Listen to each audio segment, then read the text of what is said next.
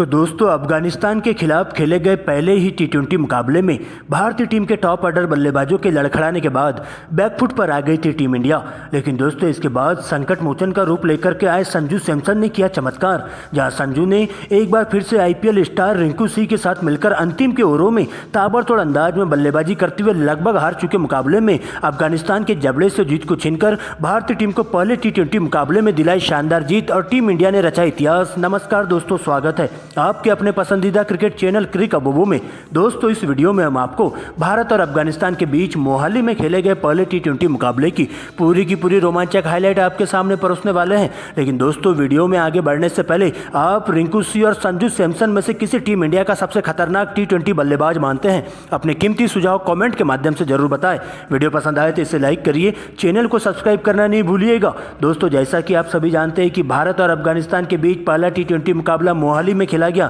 जहां दोस्तों team India के द्वारा टॉस जीतकर इस मुकाबले में पहले गेंदबाजी तो वही दोस्तों अफगानिस्तान की टीम को बल्लेबाजी करने का न्योता दिया गया। दोस्तों इसके बाद अफगानिस्तान के लिए पारी का आगाज करने के लिए इब्राहिम जॉर्डन और रहमानुल्लाह गुरबाज की एंट्री होती है, जिनके कंधों पर टीम को एक ठोस शुरुआत देने की जिम्मेदारी होती है। जहां दोस्तों टीम इंडिया के लिए पहले ओवर की गेंदबाजी करने भारतीय टीम के विकेट टेकर तेज गेंदबाज जसप्रीत बुमराह आते हैं। जहां दोस्तों पहले ओवर में उनका सामना होता है गुरबाज से और ओवर की तीसरी गेंद पर गुरबाज फाइन लेग के ऊपर से करारा प्रहार करते हुए गगनचुंबी छक्का लगा देते हैं। वही दोस्तों अंतिम गेंद पर स्ट्रेट ड्राइव लगाते हुए एक चौका बटोरते हुए पहले ही ओवर में 10 रन बटोरते हैं। लेकिन दोस्तों इसके बाद दूसरे ओवर की गेंदबाजी करने भारतीय टीम के तेज गेंदबाज हार्दिक पांड्या आते हैं, जहां दोस्तों उनका सामना होता है इब्राहिम जॉर्डन से और इब्राहिम जॉर्डन इसी ओवर की अंतिम की 3 गेंदों पर बैक टू बैक 3 लगातार चौके लगाते हुए हार्दिक पांड्या की पूरी तरह से लाइन लेंथ बिगाड़ कर रख देते हैं। और इस प्रकार से दोनों ही बल्लेबाज तेजी से रन बटोरते हुए भारतीय टीम के तेज गेंदबाजों का डटकर मुकाबला करते हुए पूरी तरह से दबाव बनाने की कोशिश करते हैं और पावर प्ले के दौरान अच्छी गेंदों को छोड़ते हुए खराब गेंदों पर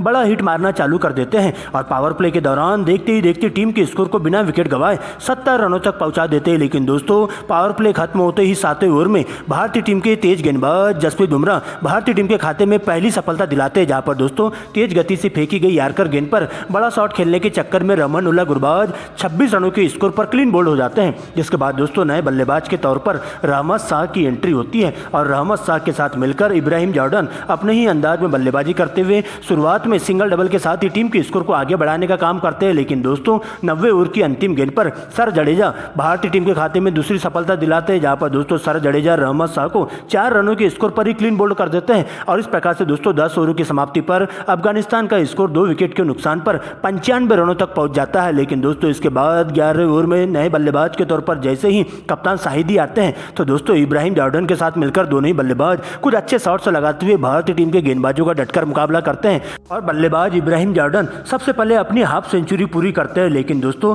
अगले ही ओवर में एक बार फिर से सर जडेजा का कोहराम देखने को मिलता है, जहां पर जडेजा अपनी फिरकी के माया जाल में फंसाते हुए अफ्रीका के कप्तान को अपना शिकार बनाते हैं और उन्हें 12 रनों के स्कोर पर क्लीन बोल्ड कर देते हैं। जिसके बाद दोस्तों नए बल्लेबाज के तौर पर अजमदुल्ला उमर जई की एंट्री होती है, जहां पर दोस्तों इब्राहिम जॉर्डन के साथ मिलकर दोनों ही बल्लेबाज तेजी से रन बटोरते हुए भारतीय टीम के तेज गेंदबाजों के साथ साथ स्पिन गेंदबाजों पर पूरी तरह से हावी होते हुए उनके जम के चालान काटते हैं और अपनी टीम के स्कोर को 15 ओवर की समाप्ति पर एक बार फिर से 3 विकेट के नुकसान पर 150 रनों तक पहुंचा देते हैं। लेकिन दोस्तों इसके बाद अंतिम के ओवरों में दोनों ही बल्लेबाज तूफानी पारी खेलना चालू कर देते हैं, यहाँ पर दोनों ही बल्लेबाजों के बीच में एक 68 की साझेदारी भी देखने को मिलती है और इब्राहिम जॉर्डन अपने शतक के काफी नजदीक पहुंच जाते हैं। लेकिन दोस्तों इससे पहले कि उनका शतक पूरा हो पाता भारतीय टीम के तेज गेंदबाज जसप्रीत बुमराह इब्राहिम जॉर्डन को 90 रनों के स्कोर पर सीमा रेखा के पास कैच आउट करवा देते हैं और अफगानिस्तान की टीम को लगने वाला चौथा झटका होता है। लेकिन दोस्तों इसके बाद नए बल्लेबाज के तौर पर राशिद खान की एंट्री होती है, जहां पर दोस्तों राशिद खान का साथ देने के लिए एक बार फिर से तेज बल्लेबाज करने के लिए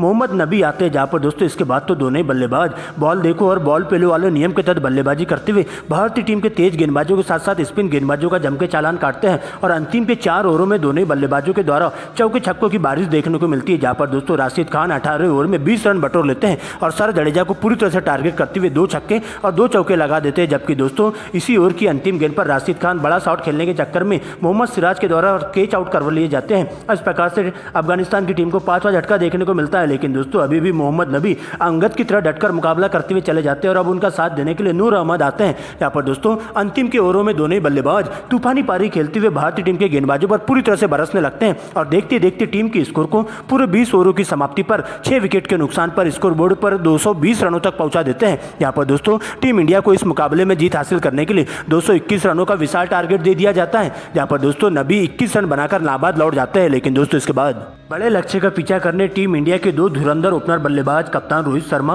और शुभमन गिल की एंट्री होती है, जिनके कंधों पर टीम इंडिया को एक ठोस शुरुआत देने की जिम्मेदारी होती है। वहीं दोस्तों अफगानिस्तान के लिए पहले ओवर की गेंदबाजी करने अफगानिस्तान के खतरनाक तेज तर्रार गेंदबाज फारूकी आते हैं, जहां उनका सामना होता है पहले ओवर में रोहित शर्मा से। और रोहित शर्मा ओवर की 5वीं और 6वीं गेंद पर 2 करारे चौके लगाते हुए 8 रन बटोर लेते। वहीं दोस्तों दूसरे ओवर में नवीन उलहक को टारगेट किया जाता है, जहां शुभमन गिल अपने ही अंदाज में बल्लेबाजी करते हुए लगातार बैक टू बैक 3 करारे चौके जमा देते हैं। और इस प्रकार से दोस्तों दोनों ही बल्लेबाज अपने हाथ खोलना शुरू कर देते हैं। यहाँ पर दोनों ही बल्लेबाजों के द्वारा पावर प्ले का भरपूर फायदा उठाया जाता है और तेज गति से रन बनाते हुए अफगानिस्तान के तेज गेंदबाजों पर पूरी तरह से दबाव बनाने की कोशिश करते हैं। यहाँ पर दोस्तों अच्छी गेंदों को छोड़ते हुए खराब गेंदों पर करारा प्रहार करना शुरू कर देते हैं और 6 ओवरों की समाप्ति पर टीम इंडिया का स्कोर बिना विकेट गंवाए 60 रनों तक पहुंच जाता है। लेकिन दोस्तों इसके बाद 7वें ओवर में एक बार फिर से दोनों ही बल्लेबाज तेजी से रन बटोरना चालू करते हैं। लेकिन दोस्तों ओवर की अंतिम गेंद पर फारूकी भारतीय टीम को पहला बड़ा झटका कप्तान रोहित शर्मा के रूप में देते हैं, जहां रोहित शर्मा बड़ा शॉट खेलने के चक्कर में 27 रनों के स्कोर पर कैच आउट हो जाते हैं। वह दोस्तों अगले ओवर में शुभमन गिल भी जल्दबाजी कर बैठते हैं और शुभमन गिल 25 के स्कोर पर क्लीन बोल्ड हो जाते हैं। जिसके बाद दोस्तों विराट कोहली का साथ देने के लिए नए बल्लेबाज के तौर पर श्रेयस अय्यर की एंट्री होती है और यहां से श्रेयस अय्यर के साथ मिलकर विराट कोहली कंधे से कंधा मिलाकर चलते हैं और शुरुआत में काफी संभल कर बल्लेबाजी करते हुए नजरें जमाने की कोशिश करते हैं। यहाँ पर दोस्तों देखते देखते इन दोनों ही बल्लेबाजों के बीच में एक अड़सठ की साझेदारी भी पूरी हो जाती है और 10 ओवरों के खेल में टीम इंडिया के स्कोर को 2 विकेट के नुकसान पर 85 रनों तक पहुंचाते हैं। लेकिन दोस्तों 11वें ओवर में विराट कोहली सबसे पहले अपनी हाफ सेंचुरी पूरी करते हैं। यहाँ पर दोस्तों तूफानी अंदाज में बल्लेबाजी करते हुए दोनों ही बल्लेबाज इसी ओवर में 2 छक्के और 2 चौके के साथ 2 डबल लेते हुए 22 रन बटोरते हैं। वही दोस्तों दूसरे छोर से श्रेयस अय्यर भी विस्फोटक पारी खेलना चालू कर देते हैं और 5वें गेयर में बल्लेबाजी करते हुए 14वें ओवर में श्रेयस अय्यर भी 3 लगातार गगनचुंबी छक्के लगा देते हैं और अपनी हाफ सेंचुरी पूरी कर लेते हैं। और देखते देखते 14 ओवर की समाप्ति पर टीम इंडिया का स्कोर 2 विकेट के नुकसान पर 140 रनों तक पहुंच जाता है और इस तरह से टीम इंडिया अपने मजबूत स्थिति में आकर खड़ी हो जाती है, जहां पर दोस्तों विराट कोहली देखते ही देखते अपने शतक के काफ़ी नज़दीक पहुंचने लगते हैं। लेकिन दोस्तों 15वें ओवर में एक बार फिर से नूर अहमद आते ही भारतीय टीम को तीसरा झटका देते हैं, जहां पर दोस्तों अच्छी लय में तेज गति से रन बनाने वाले श्रेयस अय्यर को अपना शिकार बनाया जाता है, जहाँ श्रेयस अय्यर 54 रनों के निजी स्कोर पर सीमा रेखा के पास बड़ा शॉट खेलने के चक्कर में कैच आउट हो जाते हैं। वही दोस्तों इसके बाद 16वें ओवर में भारतीय टीम को चौथा सबसे बड़ा झटका देखने को मिलता है। यहाँ पर दोस्तों किंग कोहली 92 रनों के निजी स्कोर पर क्लीन बोल्ड हो जाते हैं और भारतीय टीम के लगातार विकेट गिरने से टीम इंडिया पूरी तरह से बैकफुट पर आ जाती है। लेकिन दोस्तों अभी भी अंतिम के 4 ओवरों का खेल शेष बचा रहता है। यहाँ पर दोस्तों एक बार फिर से रिंकू सिंह का साथ देने के लिए नए बल्लेबाज के तौर पर संजू सैमसन की एंट्री होती है, जहाँ पर दोस्तों संजू सैमसन 17वें ओवर में विस्फोटक पारी खेलते हुए 3 लगातार गगनचुंबी छक्के लगाते हुए अफगानिस्तान के तेज गेंदबाज नवीन उल हक का जम के चालान काटते हैं। वही दोस्तों 18वें ओवर में रिंकू सिंह भी अपने बल्ले से तूफानी पारी खेलते हैं, जहां दोस्तों इसी ओवर में बैक टू बैक 2 गगनचुंबी छक्के रिंकू के बल्ले से देखने को मिलते हैं। और इस प्रकार से इसी क्रम में दोनों ही बल्लेबाज अंतिम के ओवरों में बॉल देखो और बॉल पेलो वाले नियम के तहत बल्लेबाजी करते हुए टीम इंडिया को जीत की दहलीज पर लाकर खड़ा कर देते हैं और अफगानिस्तान के तेज गेंदबाजों के साथ साथ स्पिन गेंदबाजों को विकेट के लिए तरसा देते हैं। और 19 ओवर की समाप्ति पर टीम इंडिया का स्कोर 195 रनों तक पहुंच जाता है 4 विकेट के नुकसान पर। लेकिन दोस्तों अभी भी अंतिम ओवर का खेल शेष बचा रहता है, यहाँ पर दोस्तों अंतिम की 6 गेंदों में टीम इंडिया को इस मुकाबले में जीत हासिल करने के लिए पूरे 26 रनों की दरकार होती है। लेकिन दोस्तों सर पर कफन बांध करके आए रिंकू सिंह का तूफान देखने को मिलता है, जहाँ रिंकू सिंह अंतिम ओवर में फारूकी को टारगेट करते हैं और इसी ओवर में 4 लगातार छक्के उनके बल्ले से देखने को मिलते हैं, जहाँ पर दोस्तों 4 गेंदों में 4 छक्के लगाते हुए 24 रन रिंकू के बल्ले से देखने को मिलते हैं और अंतिम गेंद पर 1 रन चुराते हुए टीम इंडिया को पहले T20 मुकाबले में 6 विकेट से शानदार जीत हासिल करवा देते हैं। और इस प्रकार से 3 T20 मुकाबलों की रोमांचक सीरीज में टीम इंडिया पहले T20 मुकाबले को जीतकर सीरीज में 1-0 की अजय बढ़त हासिल कर लेती है, जहां पर दोस्तों अंतिम ओवर में रिंकू सिंह और संजू सैमसन का तूफानी बल्लेबाजी देखने को मिलती है और टीम इंडिया एक बार फिर से इस पहले T20 मुकाबले को जीतकर इतिहास के पन्नों में अपना नाम दर्ज करवा लेती है और टीम इंडिया पहले T20 मुकाबले को 6 विकेट से जीत हासिल कर लेती है। यहाँ पर दोस्तों रिंकू सिंह और संजू सैमसन के द्वारा तूफानी पारी देखने को मिलती है।